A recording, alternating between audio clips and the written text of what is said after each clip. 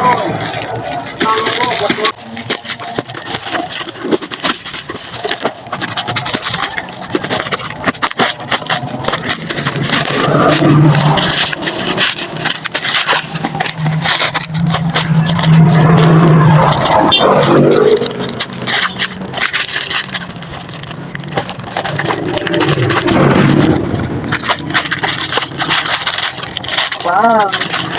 Wow.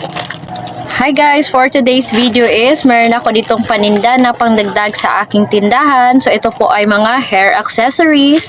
Marami na ding naghahanap nito kaya so syempre kung gusto niyo na din, i-add niyo na din ito na mga products sa inyong tindahan para kumita po tayo. Ito po ay Sanrio. Ayan, umorder po ako ng ganitong Sanrio. Assorted na yung isang pack.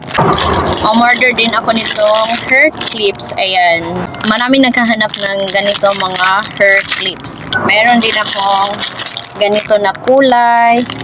Meron din ganito. So, tatlo yung in-order ko guys. So, ewan ko bakit nakaganito siya. Ba't nakaganito seller?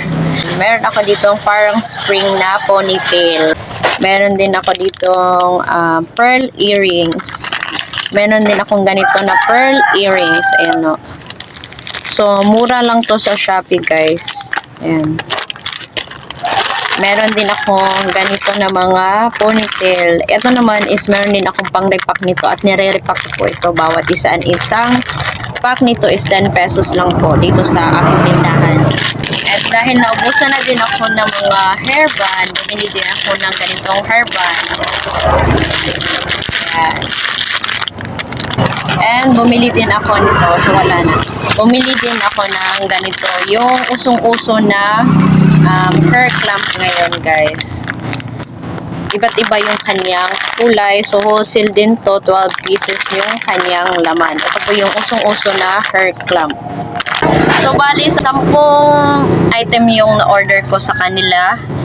And sa mga nagtatanong kung magkano lahat yung nabayaran ko, yung total po is 687 pesos.